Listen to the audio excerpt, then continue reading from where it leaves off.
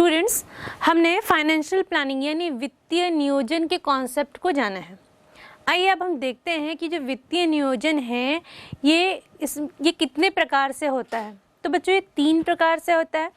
जैसे कि आप अपने स्क्रीन पर देख रहे हैं, इसमें 3 प्रकार दिख रहे हैं। पहला है दीर्घकालीन, दूसरा है मध्यकालीन और तीसरा है अल्पकालीन। दीर्घकालीन को हम लॉन्ग टर्म कह सकते हैं, मध्यकालीन को हम मीडियम टर्म कह सकते हैं और अल्पकालीन को हम शॉर्ट टर्म कह सकते हैं। तो जब हम अगर दीर्घकालीन नियोजन की बात करें तो इसका जो ड्यूरेशन होता है वो 5 वर्ष या उससे अधिक का हो सकता है। ड्यूरेशन मतलब कार्यावधि या उसको कब तक अप्लाई किया जा सकता है। तो जिसका ड्यूरेशन होता है वो 5 वर्ष या उससे अधिक का होता है और इसका जो उद्देश्य होता है वह किस तरह कंपनी का विकास किया जाए, साथ ही साथ उसमें किस प्रकार के निवेश किया जाए जिससे कि कंपनी का ग्रोथ और अच्छी तरीके से हो। इसके बाद हम अगर बात करें तो ये जो दीर्घकालीन नियोजन होते हैं ये फोकस करते हैं मेनली किसके ऊपर, पूंजीगत व्यय कार्यक्रम के ऊपर फोकस करते हैं। अब हम आते हैं दूसरे प्रकार के ऊपर जो कि नियोजन जिसमें सम्मिलित होता है वो है मध्यकालीन नियोजन, यानी जो हमने कहा जैसे लॉन्ग टर्म वैसे ही मीडियम टर्म प्लानिंग। अब इसमें क्या होता है, इसमें जो ड्यूरेशन होता है 1 वर्ष से 5 वर्ष के बीच होता है, या उसकी जो कालावधि होती है 1 वर्ष से 5 वर्ष के बीच की होती है। और जैसे इनमें क्या क्या कार्य हो सकते हैं, जैसे संपत्तियों का प्रतिस्थापन कैसे कहाँ होगा, कैसे होगा, इसके अलावा रिसर्च एंड डेवलपमेंट प्रोग्राम्स कैसे बनाए जाएंगे। तो इस तरीके के जो कार्य होते हैं या एक्टिविटीज़ होती हैं वो मीडियम टर्म या मध्यकालीन नियोजन में होती हैं। उसके बाद अगर हम अंतिम प्रकार की बात करें, जो तीसरा प्रकार है वो कहता है कि ये शॉर्ट टर्म है। शॉर्ट टर्म में क्या होगा, इसका जो कालावधि क्या होना चाहिए बच्चों, इसकी जो कालावधि होनी चाहिए वो 1 वर्ष या उससे कम होनी चाहिए। अब इसमें किस तरह के कार्य हो सकते हैं, जैसे बजट बनाना। तो बजट बनाना भी एक अल्पकालीन नियोजन की तरह हम एक अच्छा उदाहरण ले सकते हैं। अब हमने देखा जैसे कि वित्तीय नियोजन में ये 3 प्रकार के नियोजन सम्मिलित हैं। इसके बाद आइए हम देखते हैं कि वित्तीय नियोजन के महत्व क्या क्या हैं। अब आप जैसे कि आपके स्क्रीन पर देख रहे हैं, वित्तीय नियोजन का जो पहला महत्व है उसके अनुसार समन्वय में सहायक, यानी हेल्प्स इन कोऑर्डिनेशन। कैसे समन्वय में सहायक होगा, फाइनेंशियल प्लानिंग यानी वित्तीय नियोजन। बच्चों हम केवल नॉर्मल प्लानिंग की बात करें, जब हम प्लानिंग करते हैं तो वो क्या करते हैं, प्लानिंग के थ्रू हम जो डिफरेंट एक्टिविटीज़ परफॉर्म करने वाले, मतलब जो क्रियाएं करने वाले हैं उनके बीच हम क्या करते हैं, कोऑर्डिनेशन या उनके बीच समन्वय स्थापित करते हैं। तो इसी तरह अगर हम फाइनेंशियल प्लानिंग की बात करें तो उसका महत्व यहाँ कैसे जान सकते हैं, जैसे कि कंपनी में डिफरेंट रूल्स एंड रेगुलेशन बन रहे हैं, ठीक है, और कुछ नियम बने हैं, अब उनको किस तरह फॉलो किया जाए। अब जो डिफरेंट एक्टिविटीज़ है जैसे क्रय विक्रय उत्पादन, ये सारी एक्टिविटीज़ के बीच में जो समन्वय वाला पार्ट आता है या जो कोऑर्डिनेशन का जो काम होता है वो फाइनेंशियल प्लानिंग या वित्तीय नियोजन के द्वारा होगा। अब अगर हम दूसरे महत्व की ओर चलें तो दूसरा महत्व कहता है कि संभावित परिस्थितियों का सामना करने में सहायक, हेल्प्स इन फेसिंग इवेंचुअलिटीज़। क्या होता है इसमें, अब वित्तीय प्लानिंग क्यों की जाती है या वित्तीय नियोजन क्यों किया जाता है कि इन फ्यूचर या भविष्य में कुछ भी कार्य आते हैं या कहीं नया निवेश करना है या कोई नया प्लांट बनाना है या कुछ चेंजेस लाने हैं, तो उसके लिए क्या करता है, फाइनेंशियल प्लानिंग की जाती है। तो इन सब चीज़ों से उबरने के लिए और इवेंचुअलीज मतलब अगर कोई ऐसी परिस्थिति उत्पन्न होती है जहां अचानक ही निवेश करना पड़ जाए या फंड की आवश्यकता पड़ जाए, उन स्थितियों के लिए फाइनेंशियल प्लानिंग ये जो है वो मदद करती है। फाइनेंशियल प्लानिंग मैं फिर से बता रही हूँ, फाइनेंशियल प्लानिंग यानी वित्तीय नियोजन। बच्चों मैं आपको यह एक चीज़ बताना चाहूँगी, जैसे कि इस चैप्टर में मैं हिंदी इंग्लिश दोनों टर्म्स का यूज़ कर रही हूँ। इन केस कहीं मैं इंग्लिश टर्म कह देती हूँ और हिंदी टर्म नहीं कह रही हूँ, लेकिन उससे पहले मैंने कई बार इंग्लिश टर्म के साथ हिंदी टर्म भी कोरिलेट किया है या जोड़ कर बताया है। तो कृपया आप ध्यान से सुनें और इंग्लिश टर्म को अच्छे से याद कर लें, क्योंकि इन फ्यूचर आपको ये इंग्लिश टर्म बहुत हेल्पफुल करेंगे चीज़ों को आसानी से याद करने में और उनको समझने में। तो आइए चलते हैं हम अपने टॉपिक की तरफ आगे बढ़ते हैं। तो टॉपिक में हम महत्व पढ़ रहे थे और महत्व जो है हम तीसरा देखते हैं कि तीसरा महत्व क्या है। तीसरा महत्व है व्यावसायिक सदमों और आश्चर्यों को टालने में सहायक होता है। हेल्प्स इन अवॉइडिंग जो भी शॉक्स होते हैं, सरप्राइजेस होते हैं, उनको टालने में, अवॉइड करने में। कैसे? मान लीजिए फंड कम है हमारे पास, हमको कहीं निवेश करना है, फिर क्या होगा? इस स्थिति में भी लॉस हो जाएगा। ठीक है, अब कुछ नई मार्केट में उतार चढ़ाव आ गए, उस केस में क्या हो गया? फंड हमारे पास प्रॉपर नहीं है, तो उस स्थिति में क्या होगा? यहाँ पे भी शॉक्स है। तो इन सारे शॉक्स और इन सारे सरप्राइजेस से बचने के लिए फाइनेंशियल प्लानिंग हमें मदद करती है। क्योंकि ये क्या करती है? ये पहले ही क्या कर लेती है कि हिसाब लगा लेती है कि इन फ्यूचर हमें नए इन्वेस्टमेंट के लिए कितने फंड अपने पास रखने हैं। ठीक है, इन्वेस्टमेंट लॉन्ग टर्म होंगे, शॉर्ट टर्म होंगे, फिक्स्ड एसेट्स पे होंगे या फिर करंट एसेट्स पे होंगे, ये सारे हिसाब किताब ये पहले लगा लेती है। और जो प्रॉफिट आएगा या जो लागत लगेगी, इसके बाद जो प्रॉफिट आएगा उसमें शेयर होल्डर्स को कितना पैसा देना है, शेयर होल्डर्स यानी अंशधारी, उनको कितना शेयर्स देना है, कितना जो है अपने लिए बचाना है, मतलब कंपनी के लिए बचाना है कि इन फ्यूचर वो आने वाले इन्वेस्टमेंट के लिए प्लान कर सके, या यदि स्टॉक मार्केट ऊपर नीचे होता है तो उससे जो समस्याएं खड़ी होंगी उनके लिए अपने लिए फ़ंड बचा सके। ये सारी चीज़ें प्लान होती हैं फाइनेंशियल प्लानिंग के अंतर्गत। इसके बाद हम आगे बढ़ते हैं तो आगे बोलता है फोर्थ जो महत्व है वो कहता है कि विनियोग तथा वित्त निर्णयों में संबंध स्थापित करने में सहायक। Helps in creating link between investment and financing decisions.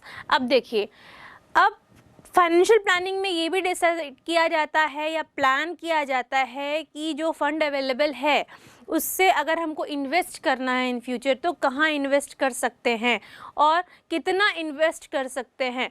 ये सारी चीज़ें इनके मध्य फाइनेंशियल प्लानिंग में चलती रहती है। और अगर एक स्टेटमेंट पढ़ें तो जो अंश पूंजी और ऋण पूंजी का जो मिश्रण होता है, जो कि हम कैपिटल स्ट्रक्चर में पढ़ेंगे, उसका सही ढंग से उपयोग किस तरीके से किया जा सके, ये इस महत्व में हम समझते हैं। कैपिटल स्ट्रक्चर जो मैंने अभी आपको बताया, इसके बारे में हम महत्व के बाद डिटेल में चर्चा करेंगे। आइए हम अगले महत्व की ओर आगे बढ़ते हैं। अब बच्चों देखो, वित्तीय निर्णय यानी फाइनेंशियल कंट्रोल। हमने जैसे कंट्रोलिंग चैप्टर में क्या पढ़ा था, क्या आप उसको रिकॉल कर सकते हैं? चलिए मैं आपको फिर से याद दिला देती हूँ। उसमें क्या करते थे हम? स्टैंडर्ड सेट करते थे। अब स्टैंडर्ड्स मतलब क्या होता है? प्रमाप। प्रमाप को हम क्या करते थे? सेट करते थे। प्रमाप को सेट करने के बाद क्या करते थे? जो रिजल्ट आए हैं उससे प्रमापों की तुलना करते थे। अब प्रमापों की जब तुलना किए, जो डेविएशन मिले, है ना, विचलन, अब उन विचलनों से हम क्या करते थे? उसको एनालाइज करते थे, उसको देखते थे कि जो विचलन है वो धनात्मक है कि ऋणात्मक है, और इन विचलनों में सुधारात्मक कार्य किस तरीके से किए जा सकते हैं। तो यहाँ पे भी कंट्रोलिंग सेम काम करता है। यहाँ पे क्या होता है, जैसे हम वित्तीय नियंत्रण की बात कर रहे हैं तो यहाँ पे भी स्टैंडर्ड सेट किए जाते हैं, यानी प्रमाप सेट किए जाते हैं कि कितना निवेश करना है, कितना पूंजी कहाँ लगाना है। ठीक है, अब उन स्टैंडर्ड्स को क्या कहता है? जो हम कार्य कर रहे हैं उससे उनका कंपैरिजन होता है, या जो खर्च कर रहे हैं, जहाँ इन्वेस्ट कर रहे हैं उनसे कंपैरिजन करते हैं। जो विचलन प्राप्त हुए हैं उन विचलनों को क्या करते हैं? हम ज्ञात करते हैं और उनके लिए सुधारात्मक कार्य करते हैं। इसके बाद हम छठवें महत्व की ओर आगे बढ़ते हैं। छठवां महत्व कहता है कि वित्त की बर्बादी पर रोक में सहायक। Helps to avoiding wastage of finance. अब देखिए, फाइनेंशियल प्लानिंग अगर इस तरह हुई कि समय आने पर वित्त का अभाव हो गया तो भी क्या होगा? उस स्थिति में कंपनी को घाटा होगा। और इन केस अगर वित्त ज़्यादा हो गया तो वहाँ तरलता बढ़ जाएगी। तो वित्त का अभाव होना और वित्त का ज़रूरत से ज़्यादा होना, दोनों ही स्थिति क्या करेगी? वेस्टेज करेगी फाइनेंस का। तो उन स्थितियों से बचाने में भी फाइनेंशियल प्लानिंग मदद करती है।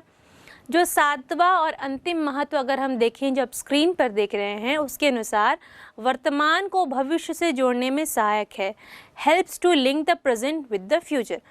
अब देखिए प्लानिंग क्यों करते हैं, हमने जैसे प्लानिंग चैप्टर से मैनेजमेंट में पढ़ा था कि प्लानिंग क्या कहता है, किसी भी कंपनी के ग्रोथ और एक्सपेंशन को, मतलब विस्तार और ग्रोथ मतलब विकास और एक्सपेंशन मतलब विस्तार, उसके लिए किया जाता है। ठीक है, अब उनको भविष्य से जोड़ रहे हैं। तो इसी तरह का हम फाइनेंशियल प्लानिंग की बात करें तो इसमें क्या होता है कि जो विकास योजनाएं चलाई जाती हैं या विकास योजनाएं जो होती हैं उनका पूर्वानुमान लगाकर क्या होता है, भावी वित्त की आवश्यकताओं और वर्तमान वित्त संसाधनों के मध्य क्या किया जाता है, संबंध स्थापित करते हैं।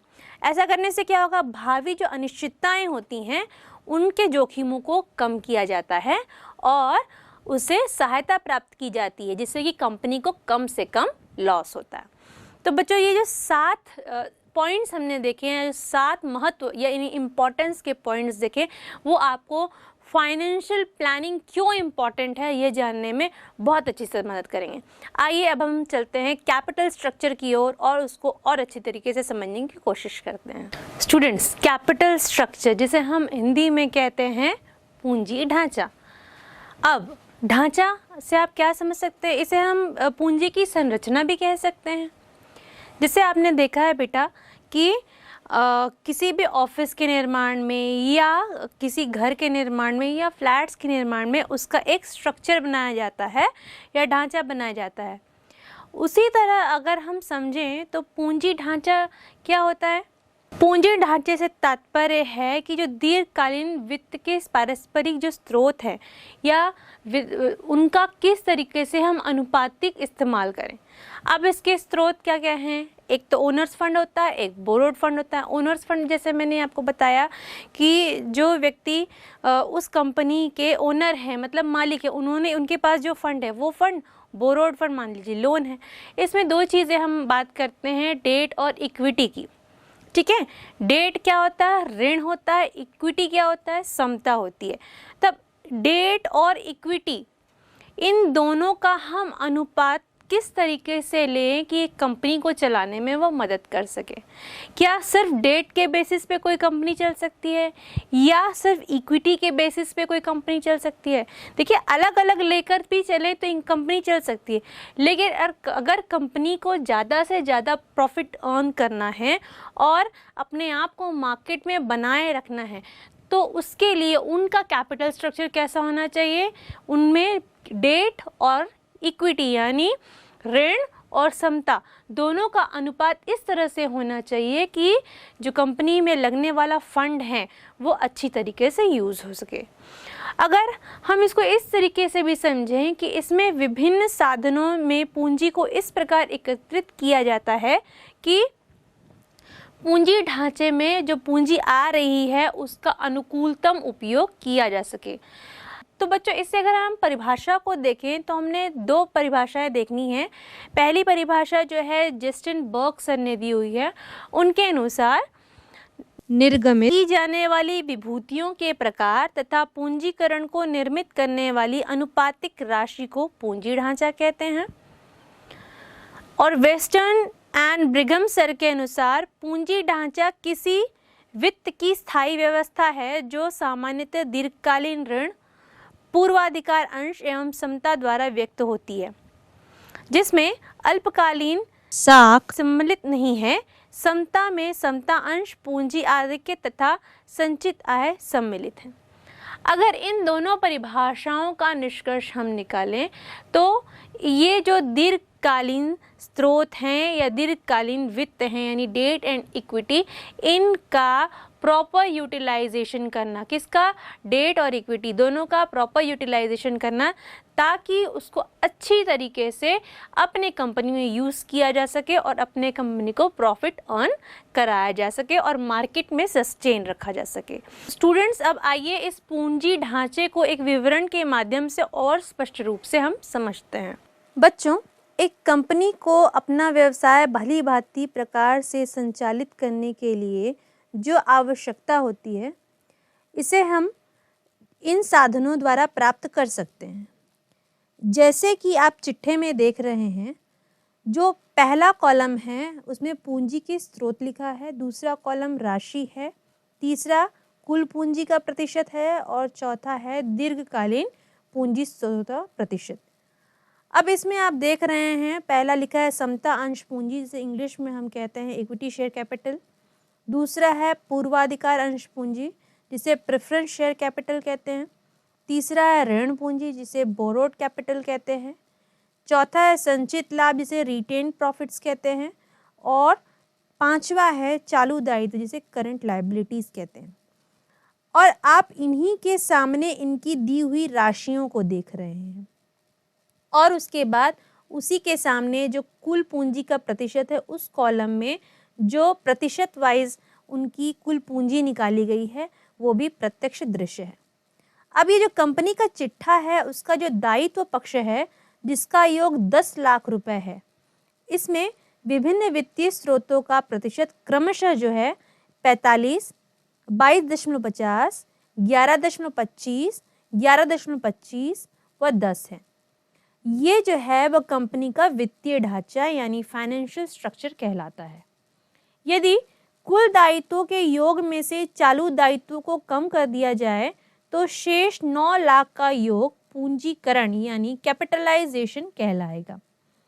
पूंजीकरण अर्थात रुपए 9 लाख के विभिन्न स्रोतों का प्रतिशत क्रमशः अंतिम कॉलम के अनुसार 50, 25, 12.5, 50, 12.50 है। पूंजीकरण के विभिन्न स्रोतों के इस पारस्परिक अनुपात को पूंजी ढांचा यानी कैपिटल स्ट्रक्चर कहते हैं। अब आपने जो विवरण देखा है उससे हमें जो जानकारी प्राप्त होती है वो कुछ इस प्रकार है। मैंने जो बताया वित्तीय ढांचा यानी फाइनेंशियल स्ट्रक्चर, उसे किस तरह परिभाषित कर सकते हैं?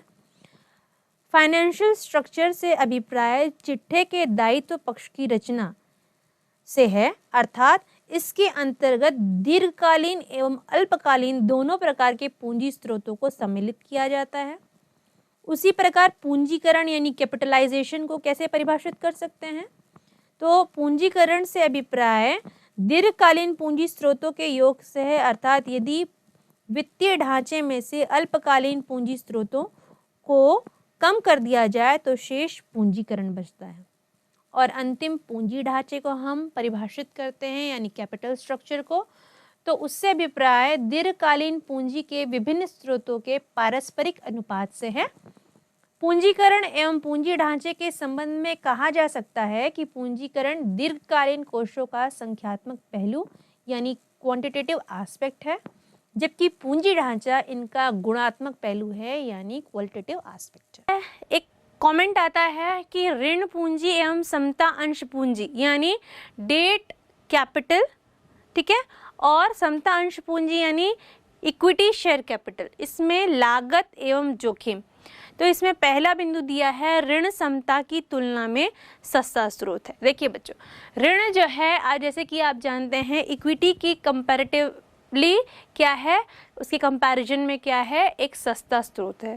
क्यों? क्योंकि इसमें जब कोई व्यक्ति इसमें विनियोग करता है तो क्या होता है, उसमें कम जोखिम होता है। और अगर हम इसी में देखें समता अंश में जब विनियोग करता है तो अधिक जोखिम होता है। अब इसमें जो दूसरा बिंदु कहता है कि समता की तुलना में ऋण जोखिमपूर्ण है। हाँ, अगर समता से ऋण की तुलना करें तो बट ऑब्वियस है कि जो ऋण है वो ज़्यादा जोखिमपूर्ण है, क्योंकि ऋण में क्या चुकाना पड़ता है, ब्याज चुकाना पड़ता है।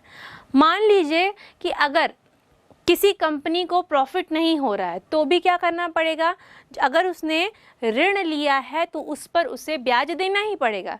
लेकिन अगर समता से उन्होंने फंड रेज किया है तो क्या होगा, अगर वहाँ पे लाभांश नहीं आ रहे हैं या लाभ नहीं प्राप्त हो रहा है या प्रॉफिट गेन नहीं हो रहा है तो इस स्थिति में क्या होगा कि उनको जो शेयर होल्डर्स हैं उनको क्या लाभांश या डिविडेंड्स देने नहीं पड़ेंगे। तो इस स्थिति में हम कह सकते हैं कि समता की जो तुलना में ऋण जो होते हैं जोखिमपूर्ण होते हैं। तीसरा बिंदु कहता है ऋण एक उधार कोष है, जबकि समता स्वामित्व कोष है। देखिए ऋण, आप ऋण लेते हैं तो वो उधार है, जैसे कि आप जानते हैं। आप बैंक से भी लोन लेते हैं तो बैंक से आप क्या ले रहे हैं, उधार ले रहे हैं, और उसको वापस कैसे करते हैं, उसकी जो मूल पूंजी है उसके साथ प्लस ब्याज यानी इंटरेस्ट ऐड ऑन करके आप उसको बैंक को वापस करते हैं। तो इस तरीके से हम ऋण को क्या कह सकते हैं, ये एक उधार है। और दूसरा, जबकि समता एक स्वामित्व कोष है, बट ऑब्वियस है क्योंकि इक्विटी जो होता है वो शेयर होल्डर्स के द्वारा इशू किया जाता है, तो वह स्वामित्व कोष के अंदर ही आएगा। अब इस कमेंट की चर्चा होने के बाद एक नेक्स्ट कमेंट की ओर चलते हैं, जो कि कहता है ऋण पूंजी एवं पूर्वाधिकार अंश पूंजी में समानता व असमानता। आइए इसकी कुछ समानताओं को देखते हैं। देखिए, जो ऋण पूंजी है, ऋण पूंजी में क्या होता है, ब्याज देना पड़ता है, ठीक है। अब ब्याज की दर रखती है। और पूर्वाधिकार अंश पूंजी में क्या होगा, पूर्वाधिकार जो अंश पूंजी है उसमें लाभांश होगा। तो इसमें ये जो स्रोत होते हैं ये स्थायी पूंजी लागत के होते हैं, यानी फिक्स्ड कैपिटल कॉस्ट होते हैं। और अगर हम दूसरी समानता देखें तो ये जो दोनों पूंजी स्रोत हैं समता अंश पूंजी से सस्ते होते हैं। मतलब समता अंश पूंजी जो है कंपैरेटिवली इन दोनों के क्या हो गई, महंगी हो गई। ये तो दोनों में समानता हुई। अब असमानता देखें, उसमें पहली असमानता क्या हुई, मान लीजिए अगर लाभ प्राप्त नहीं हो रहा है किसी कंपनी को, लेकिन उसको फिर भी अगर जो ऋण लिया है या डेट लिया है उस पर क्या देना पड़ेगा, उनको इंटरेस्ट यानी ब्याज देना पड़ेगा। लेकिन अगर इक्विटी शेयर्स लिए हैं तो उसमें क्या होगा कि अगर लाभ नहीं हो रहा है तो उन पर उनको डिविडेंड्स देने की ज़रूरत नहीं है। तो ये एक असमानता हुई। दूसरी असमानता है ऋण पर ब्याज के बाद क्या जुड़ता है, टैक्स जुड़ता है। मतलब टैक्स बेनिफिट कैसे आता है कि जैसे ही ऋण लिया उसका ब्याज ऐड ऑन हो गया, तो आप लोग देखते हैं कि आपके फादर जब लोन लेते हैं तो उनके टैक्स में अपने आप कमी हो जाती है। तो इससे आप ऋण में किस तरीके से टैक्स बेनिफिट मिलता है उसको समझ सकते हैं। उसके बाद अगर हम समता की बात करें तो जैसे ही डिविडेंड्स यानी लाभांश प्राप्त होता है उसको जोड़ते हुए क्या हो जाता है, वहाँ पे टैक्स लगते हैं। मतलब इक्विटीज़ को भी जोड़ेंगे, साथ ही साथ जो लाभांश यानी डिविडेंड्स जुड़ रहे हैं उनको जोड़ करके जो उनको टैक्स पे करना पड़ेगा उस तरीके से टैक्स कैलकुलेट किया जाएगा और उसमें समता अंशधारियों को वो टैक्स पे करना पड़ेगा। अगर हम इनका निष्कर्ष निकालें तो निष्कर्ष में हम ये कह सकते हैं कि जो दोनों स्थायी लागतें हैं वो पूंजी हैं, लेकिन प्रतिफल क्या है उनका, ब्याज और लाभांश। ब्याज किसका है, ऋण का है, और लाभांश किसका मिल रहा है हमको, पूर्वाधिकार अंश पूंजी पर लाभांश मिलता है। तो जो दोनों का प्रतिफल है उसके भुगतान को अनिवार्यता को लेकर विभिन्न मत हैं या भिन्नता आती है। हम इस निष्कर्ष से इनकी समानता और असमानता को अच्छी तरीके से समझ सकते हैं। स्टूडेंट्स, फाइनेंशियल प्लानिंग हमने जाना। अब फाइनेंशियल प्लानिंग के बाद एक वर्ड आता है financial leverage and financial risk. Financial leverage को हिंदी में वित्तीय लीवरेज कहते हैं और फाइनेंशियल रिस्क को हिंदी में वित्तीय जोखिम कहते हैं। आइए अब हम देखते हैं कि फाइनेंशियल लीवरेज होता क्या है। जो फाइनेंशियल लीवरेज होता है वो कैपिटल स्ट्रक्चर यानी पूंजी ढांचे में जो समता अंश पूंजी है यानी इक्विटी शेयर कैपिटल के साथ साथ जो स्थायी लागत पूंजी लगाते हैं, मतलब जो ऋण पूंजी है और पूर्वाधिकार अंश पूंजी है, उनको भी अगर सम्मिलित किया जाता है तो उस स्थिति में इसे क्या कहते हैं, वित्तीय लीवरेज कहते हैं। इसे हम वित्तीय उत्तोलन जैसे एक सूत्र से समझ सकते हैं, वित्तीय उत्तोलन बराबर ऋण बटे समता, या इसे भी ऐसे भी कह सकते हैं कि ऋण बटे ऋण धन समता। इस प्रकार से भी हम इसको बता सकते हैं। अब वित्तीय लीवरेज को हम मैंने जैसे बताया कि इसमें क्या है, ऋण और समता दोनों को लिया जाता है। तो जैसे कि आप जानते हैं कि जो डेट होता है यानी ऋण होता है, it increases earning because it is a cheaper source of finance. मतलब ये क्या करता है, जो डेट होता है वो अर्निंग को क्या करता है, इंक्रीज करता है, बढ़ाता है। क्यों? क्योंकि ये चीपर सोर्स मतलब सबसे सस्ता साधन होता है कि वित्त को हम कहाँ से इकट्ठा करते हैं। तो बच्चों ये था वित्तीय लीवरेज। अब हम बात करते हैं वित्तीय जोखिम की। जोखिम जैसे कि बच्चों आप समझ रहे हैं, रिस्क की बात कर रहे हैं। जब हम किसी को भुगतान नहीं दे पाते या किसी का भुगतान नहीं चुका पाते, वहाँ कंपनी जो है एक जोखिम में आती है। आइए इसे हम और अधिक स्पष्ट रूप से समझते हैं। जो वित्तीय जोखिम होता है वो स्थायी लागत पूंजी के उपयोग में कंपनी पर स्थायी वित्तीय लागतों के भुगतान का बोझ बढ़ता है। विपरीत परिस्थितियों में स्थायी वित्तीय लागतों को भुगतान न कर सकने के कारण उत्पन्न जोखिम को वित्तीय जोखिम कहते हैं। तो बच्चों ये हमने वित्तीय लीवरेज और वित्तीय जोखिम को जाना। आइए अब हम जो है ट्रेडिंग ऑन इक्विटी यानी समता पर व्यापार को समझते हैं कि समता पर व्यापार होता क्या है। समता पर व्यापार को हम इस तरीके से भी समझ सकते हैं कि जो समता अंश पूंजी है उसके आधार पर जो स्थायी लागत पूंजी यानी ऋण पूंजी एवं पूर्वाधिकार अंश पूंजी प्राप्त करके समता अंशधारियों की आय में वृद्धि करना, मतलब ऋणों के द्वारा क्या करना है, आय प्राप्त करना है और उनसे शेयर होल्डर्स को क्या, प्रॉफिट्स देना। ये है समता पर व्यापार। अब सबसे बड़ी बात ये होती है कि कोई भी व्यक्ति ऋण क्यों दे, क्योंकि ऋण वह तभी देगा जब उसको ऐसा लगेगा कि इस कंपनी के पास जितना फंड होना चाहिए प्रॉपर फंड है।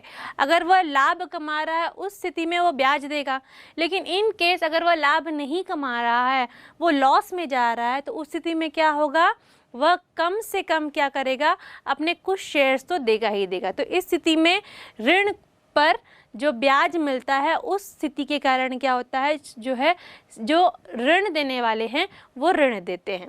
अब प्रश्न यह उठता है कि स्थायी लागत पूंजी जारी करके समता अंशधारियों की आय वृद्धि कैसे हो सकती है।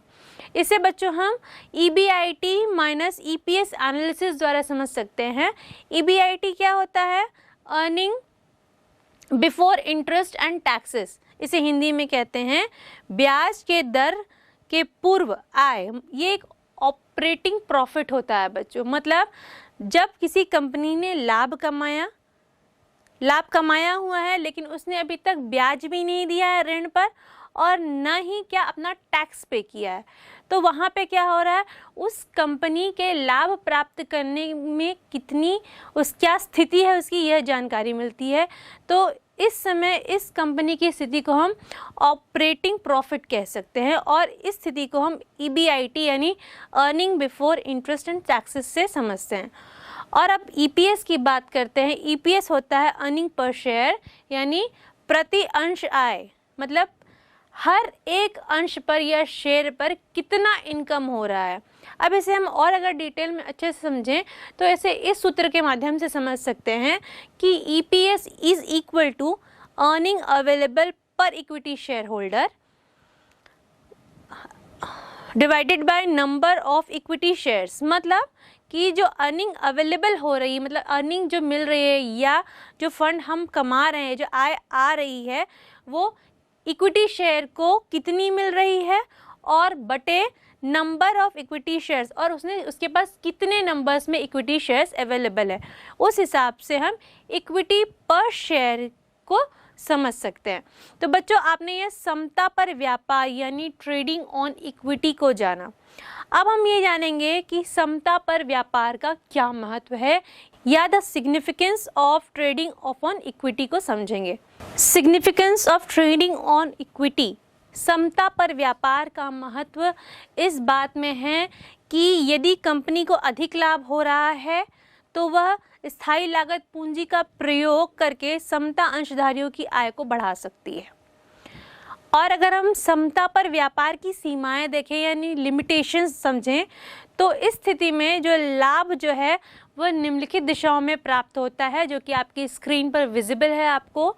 इसमें जैसे कहा जा रहा है कि जब कंपनी को निरंतर आय होती है, दूसरा जब कंपनी की आय ऋण पर ब्याज दर एवं पूर्वाधिकार अंशों पर लाभांश दर से अधिक हो, और तीसरा जब कंपनियों के पास ऋणदाताओं की प्रतिभूतियां के रूप में देने के लिए पर्याप्त स्थायी कंपनियां हो। तो बच्चों इस तरीके से हमने ट्रेडिंग ऑन इक्विटी की जो लिमिटेशंस हैं उनको भी समझा।